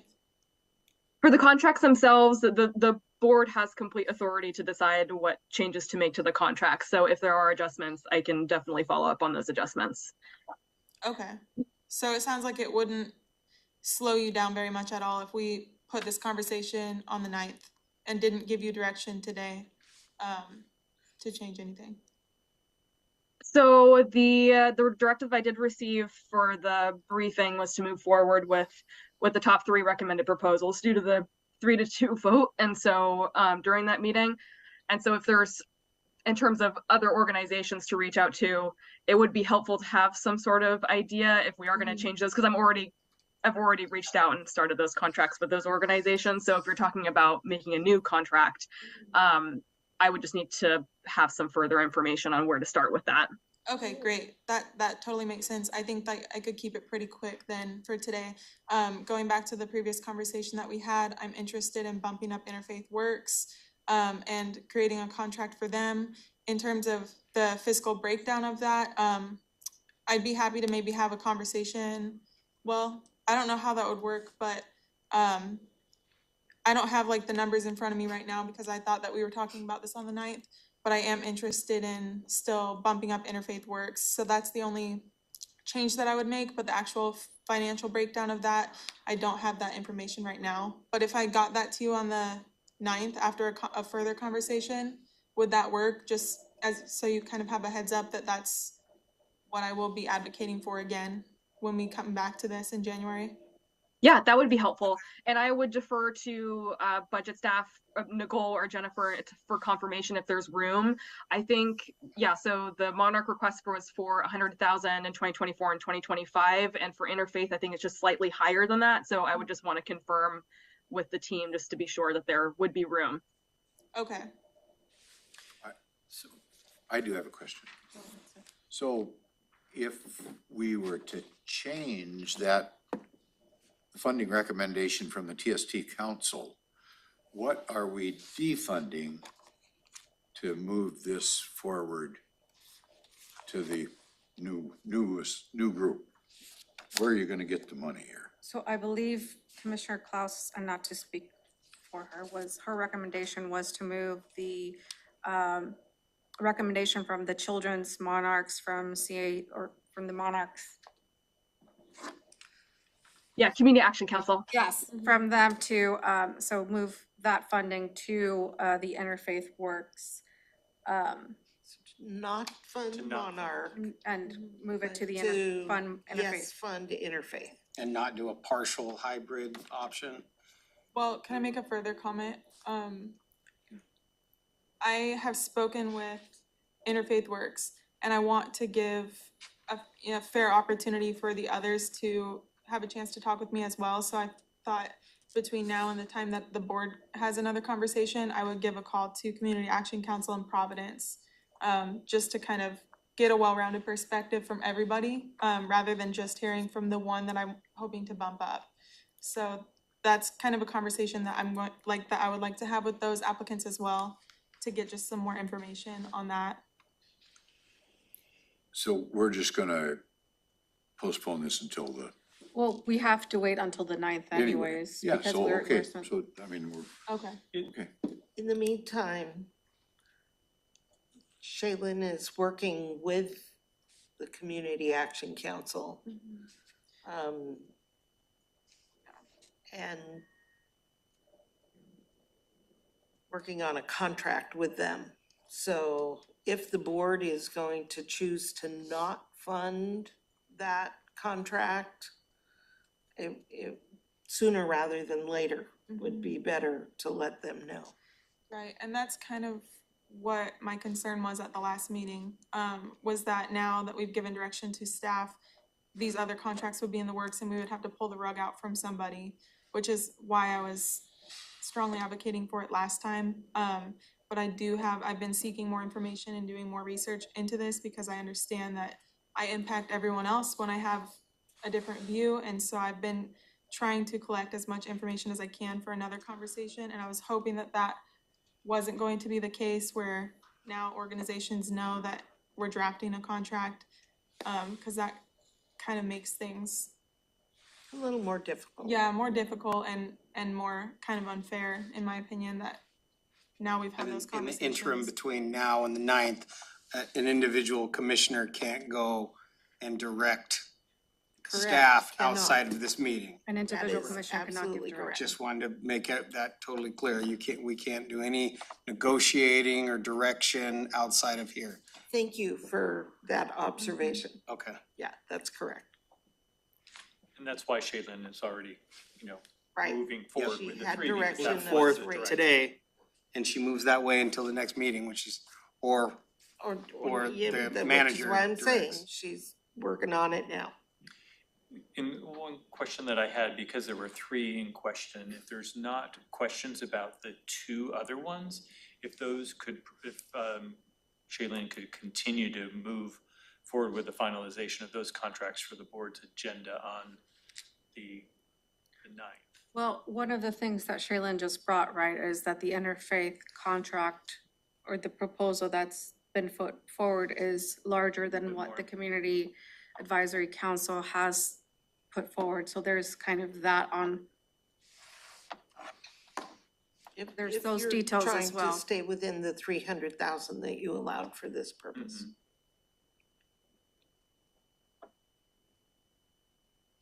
So Commissioner Klaus? Well, I mean, so it sounds like we need to make a decision then today, is that right? Or I'm Not necessarily. I'm just saying that she's currently working with this potential recipient. Well, how do my seatmates feel about this now that we know, Community Action Council has been made aware that there's a contract being developed? I mean, that seems to me, in my opinion, that makes my argument that I gave last time weaker, because now, They would have known where they ranked as well at the last meeting. They knew, yeah, they knew where they sat, they knew what they were facing and looking at. So, Yeah, but- I don't see a difference. well, I mean, from going to a public meeting to then a one-on-one conversation between Shaylin and the organization, that puts more pressure on us to move forward with what the organization is now communicating about, and has a draft document in front of them saying, we're considering giving you this funding. I think they already, they would have presented, they got the same, they were probably fairly confident at the last meeting that they sat well. I'm seeing. I would say that that's the case. They would have known where they And they were. probably heard about this discussion and they probably know But they're on there is shakier no ground now. guarantee Yeah. until the board gives guidance. Well, until the board gives the final vote. That's always, Yes, you're that's, absolutely. until that happens, right? It's not, It's not a done but deal. it is out there. They are aware of this, because all of these organizations are tracking the treatment sales tax. I've already been contacted by other nonprofits who are down the list as well, kind of where Interfaith Works is, right? And ask questions about it, right? So, Like, why not me? Why am I? what, yeah, so, Especially but those if that it's, ranked but yeah, if. it scored com- higher but weren't in the top rankings. But, just want to give that, but you still have the ability, even if communications are going on, to have this discussion. It's not final until we all take a vote up there.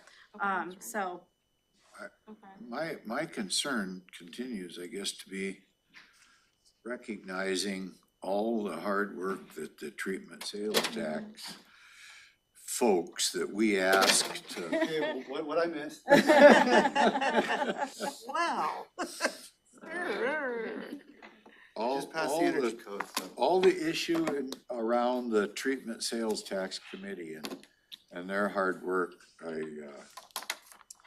I recognize where Commissioner Klaus is coming from, to be an advocate for a group for whatever reason. They're good groups, but to change it at this late date, I'm concerned that we're pulling the chair out from underneath the treatment sales tax committee, who we've asked to do all this work. It's that in terms of the commitment of time and energy that the treatment sales tax committee did. Yeah. But when you have some of the ranking, and there's a process by which then you're pulling up one over another and making those swaps, Yeah. then the system and the process and the ranking is thrown out the window, and then it becomes more of a political process and Right. not justified by that. Well, kind of in follow-up to that, I mean, this is kind of a different circumstance than what I think is normally the process for these committees, when they thought during their evaluation process that they had $800,000 to work with, and then after they made these recommendations and rankings, they found out they only had 300,000. So we already see here that some who are scored higher are lower on the list. So I think in normal circumstances, that would make a lot of sense. But in this case, even the committee themselves already had the rug pulled out from under them, and now we're here trying to pick up the pieces that they ran out of time to pick up. They've done great work. I was in tears when I learned what had happened with that 800 to 300,000, and then looking at this $4.4 million list of requests. No matter how you look at it, these are life and death situations that we're talking about with the most vulnerable residents of our community. So none of it's fair, and I don't think we can do it in a way that's going to be fair, because there's not enough money to do that. And kind of to Commissioner Edwards' point, I do respect wholeheartedly the efforts of all of our advisory committees. But there are a lot of situations in which we don't follow their recommendation. Like we've seen in the comp plan, the planning commission, who puts a ton of time and effort into this, unanimously voted for something not to go onto the docket, and then it did anyways. So I think in this situation, I hope that my seatmates understand that I'm coming from a long, extensive background in this field. I'm not just saying things with no basis. And I do plan on coming to the January 9th meeting with further information after having talked with Providence and Community Action Council, because I do want to give them a fair opportunity and not just blindly and so strongly advocate for interfaith without giving the other organizations the opportunity to talk with me. But I do have some strong concerns when we consider the Treatment Sales Tax Advisory Committee was prioritizing based on life or death. And as I stated at our last conversation, Interfaith Works, while we were speaking last time, had their cold weather, their emergency shelter running, and they were literally saving lives every day during that week. And they will be doing that again within the next couple of months, I imagine, as the weather continues to get colder. So I think funding these services are time sensitive and they are life saving. And that's why I was planning on coming to the next conversation with more numbers, so I could share concrete data with you all before we had to make a decision. So I guess I'll leave it at that. That's kind of But there's no you know. recommendation that you'd have right now? My recommendation would be the same as last time, to bump up interfaith and use the funds that would have been going to Community Action Council. May I say something really quick? Just as a clarification, so the 24 applications were evaluated before they were informed of the decrease, but their rankings that they put together they weren't aware of the $300,000 limit. I thought it was 400,000. No, it's 300. 300,000. 300. I'm sorry that I'm jumping in kind of halfway, but I know there was a little bit of uncertainty about the Community Action Council item and how that fit with the criteria. Did I miss any discussion on that or information on that? No, you did not. And just as a FYI, Shayla did send an email with that information, so not sure. To us. To the board, and I can read it. 1 second.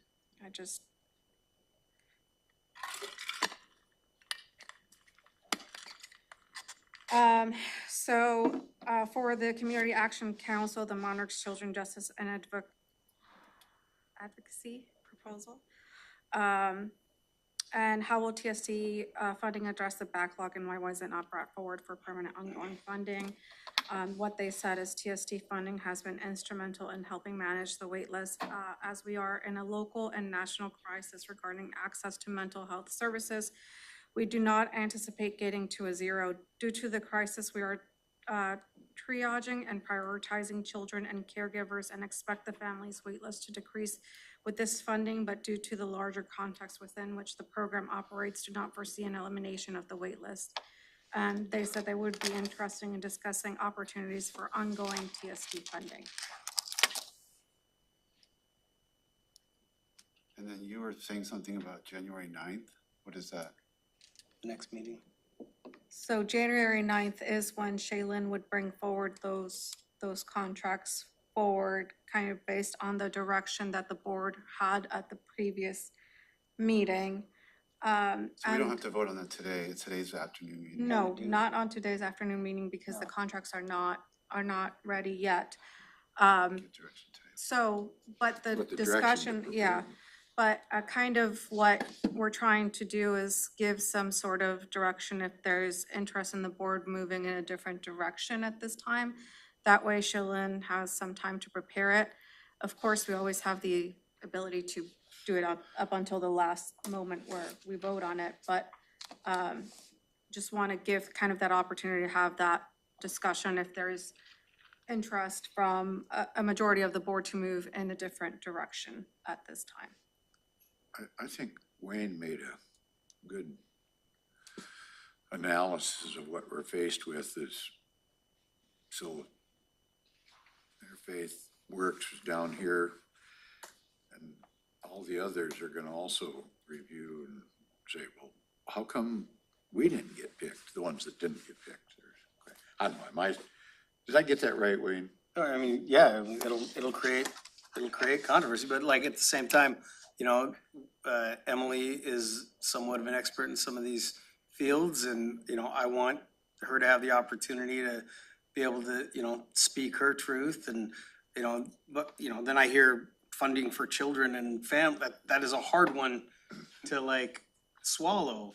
And you're gonna hurt somebody by Somehow. one of these decisions, no matter what. You're gonna hurt people, but you're also gonna help people. I'm not the expert on any of that, so, I'm not. Well, that's where I fall back on the treatment sales tax, folks. I mean, I hate it, but there's only so much room. You guys have heard me say this before. There's only so much room in the lifeboat. Some don't make it. And that's a hard thing to have to say, but I mean, it's just kind of the way it is when we have such limited funding. And I appreciate your advocacy for whatever group you're after. You make a good argument. You really do. As to one thing Commissioner Klaus said, I mean, you're absolutely right that we've moved programs around. Even I think on this particular thing, I remember Commissioner Hutchings arguing for the horse program, if I want to say, and Heart Strides. Heart Strides, we bumped that one up. I advocated for the restorative justice from the CJTA funding because I have experience with that, and I felt like it was not, so we all have our own. We were elected by the people to use our judgment and our knowledge, and we're out in the community, and you're closer to it than any of us, I would guess. So I said at the last meeting, I was leaning your direction. I really wanted to hear a little more about CAC and what they were trying to do with the request that they made, but after hearing the email from Commissioner Mejia, I think I'm supportive of your request. Okay. So. Supportive of what request? Commissioner Klaus's proposal. Okay. So, Funding and then for me, I'm still where I was at the previous meeting, so. Top three. So we've got top three,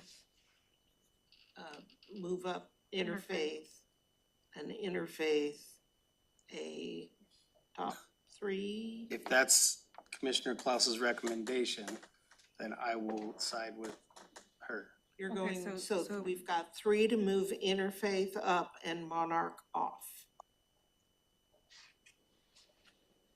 I'm just trying to get So clarity. where are you going? Are you going with the treatment sales advisory, or are you going with No. removing funding from Monarch's Children's and moving it to Interfaith? Yes.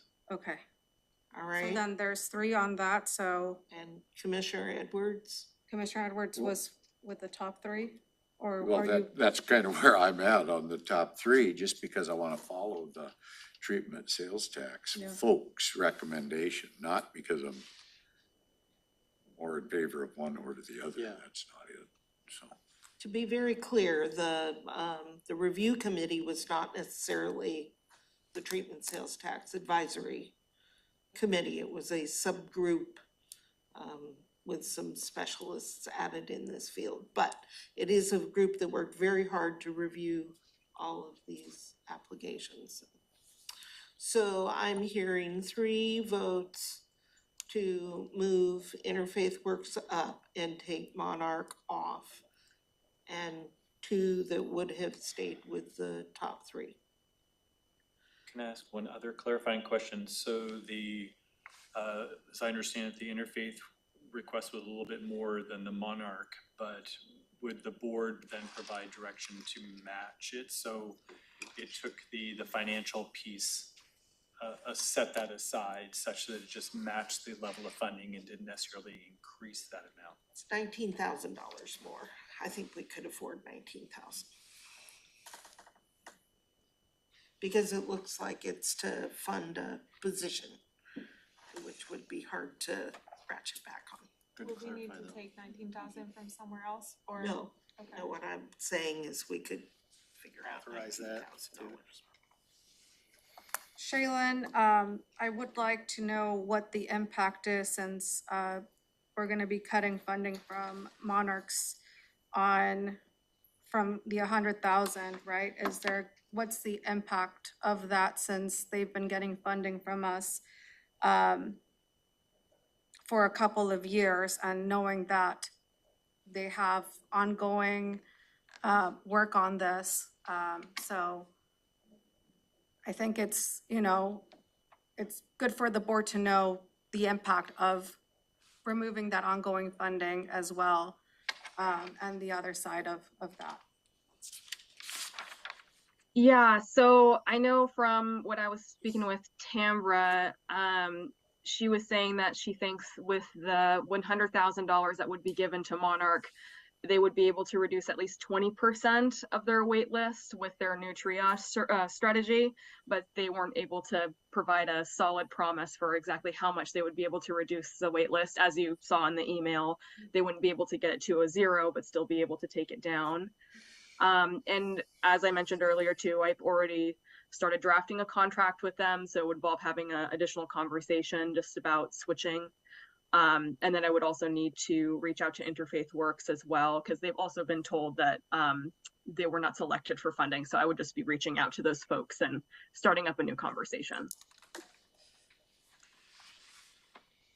Can I add one more thing? I decided not to bring this up because of the time that we're under, the time crunch we're under, and when I thought this would be on the 9th, I thought I had more time for this, but one thing I was considering was also, when I contacted Community Action Council in Providence, I was also kind of considering what the impact would be if we were to cut funding from Providence. But I haven't had enough time with like the SMP and comp plan and everything else that's going on this week. I haven't had the time to contact them, but this is like something it was number 1 on my priority list after today to follow up with these other groups. So I don't want to leave this conversation, me being on the fence, but I wasn't really prepared for this conversation. So that's why I'm so firmly standing where I was last time with swapping it out for CAC, because I hadn't done the full research I wanted to on Providence yet. So I just thought I would share that. I don't know that it will impact this discussion because I know we just don't have the time, but You might get a harder fight from some of the people sitting up here on the Providence one. Just maybe, but based on that's some why, of the discussions we had. that's why I wanted to talk with them too, to kind of get a well-rounded understanding of what these top 2 proposals really entail, because Commissioner Mejia's point about the impact on the other side is so important. And I'm really curious about the Providence one because I've been looking into what's public about their financials, and I mean, it almost seems like Providence could seed our treatment sales tax fund. So that was something, I was really curious to learn more about what that application really entails. And I have not had the chance to dig into that one as much as CIC's application. But Shaylin did send me all of the applications and I've reviewed them, and I have some questions about Providence that I was still hoping to dig into. But it seems like we're kind of running out of time unless For we have me, the. sorry to interrupt you, for me, the reduction from 800 to 300 really changed or ratcheted back my filters, if so to speak, or my prioritization of seed, money for new projects and programs and things that are, on the newish side. I mean, when we increased that, when I joined the board, it was 250,000.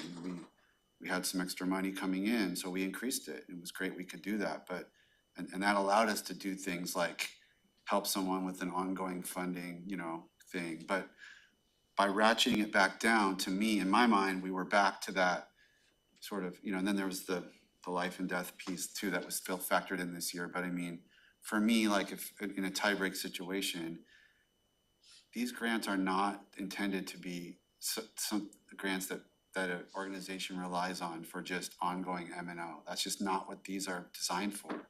So that's why, frankly, it has nothing to do with what Monarch does and its relative value to what Interfaith Works does. It's just more about, or that's at least a component of my thinking. That was for me as well. And part of what I was hoping to get a better understanding of before we made a final call was like how many years, I know we mentioned it last time, but I really wanted to look at how many years Providence and CAC have been receiving the funds. So yeah, there was just a little more research I would have hoped to do before making a final call, but. And the other thing you know very well, but is that, you know, there's a certain set of groups, you know, we have new ones, but there's a certain set of groups and they do new stuff, you know, they do a lot of stuff and you see the same names and you can't just go, oh, it's Interfaith Works, I know what that is. They do from year to year, they're doing all kinds of stuff. And we see the same, CAC does all kinds of different stuff. So I mean, I know this board knows that, but it's just, you know, it's not just about like, oh, different, you know, spreading around money to different groups. It's trying to go a step deeper and look at the program. And that's what you're talking about, trying to do is look at the program, what is it doing? Right. Where does it come from? Where is it going? You know, regardless of who the umbrella organization is that's putting it together. So. If I there's. guess I guess my thought process in all of this is the accessibility of funding and who has access to which pots. And unfortunately, for some of these organizations, their access to funding is fairly limited because of the services that they provide. And you know, that to me is, you know, kind of why I went with the recommendation. Because if we're looking, you know, a lot of these organizations also come through the RHC, or they come in through the Emergency Food and Shelter Program, or they come through other programs that they qualify. But treatment sales tax is kind of one of those ones where just a limited number of organizations kind of qualify for it. Because of the services that they provide are kind of very specific to that. So that's my reasoning for supporting it. I think all the organizations that applied are incredible, and the work that they do in the community is so needed. But unfortunately, just with the funding limitations this time around, and the fact that several nonprofits have already contacted me with concerns, I will stick with the advisory's recommendation at this time. I have a quick question, because I agree with everything you're saying, and these are all things I wanted to look into more, but when you say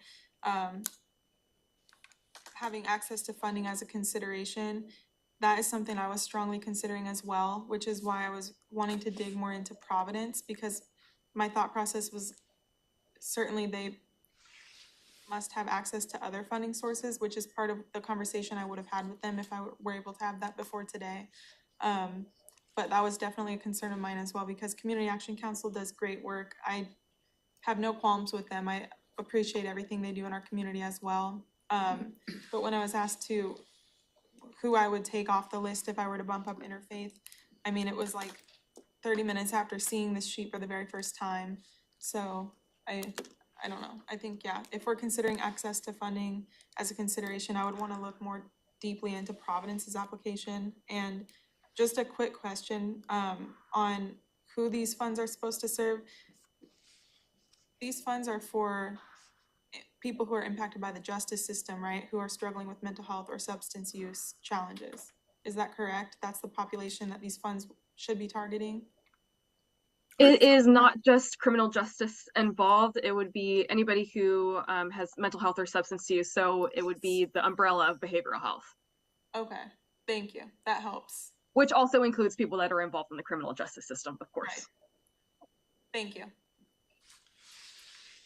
The goal would be to keep them out of the criminal justice system. And in doing so, save the taxpayers a lot of money and them a lot of grief, I guess is the way I look at it. Just to clarify, not wanting to put Shaylin into a difficult position, having to be the messenger to various, organizations and about the changes, et cetera. And I heard the consensus of the board to move for that one change. But now there's an additional desire to review one of the other potential awardees. Is that of True? interest to the? Or are you just saying you'd like that, but you're not gonna Well, go into, because you might be muddying the water. Yeah. I think it would be that's very why- muddy, yes. That's why I decided, I mean, if Keep it we simple. would have waited till the 9th to have this conversation, it just would have been, I just wanted to make that clear. So is your recommendation then to pause the conversation until the 9th and to have Shaylin stop working on those contracts until the board can have a full discussion on all of them and maybe bring the contracts not on the 9th, but on the week after, the 12th? Or I don't, Not the 12th. no, I was like, that's too soon. It would be the 16th. And bring the contracts on the 16th, just trying to get some clarification on what it is that you need, or are you wanting to proceed forward with what you voted on before? I think in the interest of time, my recommendation would be to just move forward with Okay. where we're at now. So then, and that has the majority of the vote, Shaylin, and so if you'll go ahead and start preparing those, and we'll see this on our agenda for January 9th. And I don't believe we need another conversation on this. It'll just be on our agenda for approval on January 9th. And, I will be going with the majority of the board on this, just not gonna die on this hill. Right? This is not the hill I'm gonna die on. And just so there is a consensus on it, as we've had discussions on it, and we were outvoted with Commissioner Edwards, and that is fine with me, but, All right, good, thank you. okay. All right. Thank you. So we've reached the end of our agenda. It is 1:26 p.m. I'm very sorry, 30 I seconds have for two lunch. very quick items. The first is tomorrow at noon, there is an elected officials meeting on your calendar. It does not have an agenda. I am recommending that we cancel it.